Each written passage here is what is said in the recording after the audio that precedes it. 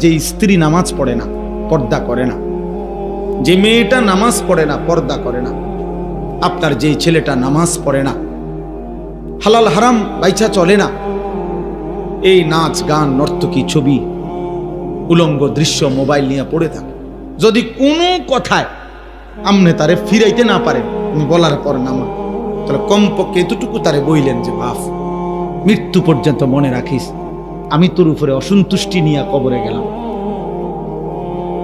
এটা তারে বইলে যায়। স্ত্রীকে বইলেন আমি স্বামী হয়ে তোমারে পারলাম না, তো মনে রাখিস বিবি, তোর মতো নাফরমান বিবি, তোর উপরে আমি অসন্তুষ্টি রাখা, হয় তুই কবরে যাবি না আমি কবরে গেলাম।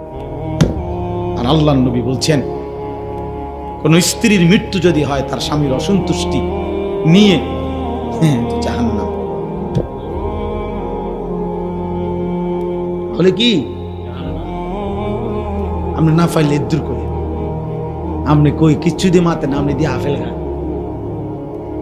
ওটার ফুতে টেহা দিয়া, ওটার ফুতে একটা সেজদা দেয় না, এক ওয়াক্ত নামাজ পড়ে না, ওটা টেহা দিয়া আফেল খায়, বালটা খায়। আল্লাহর রহমতে আসি বালা, আমরা গো দোয়ায় 10 জনের দোয়ায় গপ মারে, চা দোয়া নিয়ে কি সুন্দর কথা কয়, বিড়ি খাইতে খাইতে আসি আল্লাহর রহমতে, আল্লাহ ভালোই রাখছে, এই যে আল্লাহ ভালোই তো রাখছে, বিড়ি খাইতেছেন তো বুঝাই যায় আল্লাহ যে ভালো রাখছে, ভালোর দশা যে বিড়ি, আল্লাহ যে ভালো রাখছে আপনার, তো বুঝাই তো যে আপনি চা দোয়ানে বসে বসে টেলিভিশনে নাচ গান দেখতেছেন, নর্তকীর ছবি দেখতেছেন, নাটক সিনেমা দেখছেন, এই তো ভালো রাখছে নাকি? এটাই ভালো থাকা মুমিনের। কোন মুসলমান গুনার উপরে থাকা এটা ভালো থাকা। আপনার ছেলের বউ পর্দা করে না, হালাল হারাম মানে না, আপনি ভালো আছেন না? আপনার একটা ছেলে ফজরের নামাজ পড়ে না, আপনি ভালো আছেন না?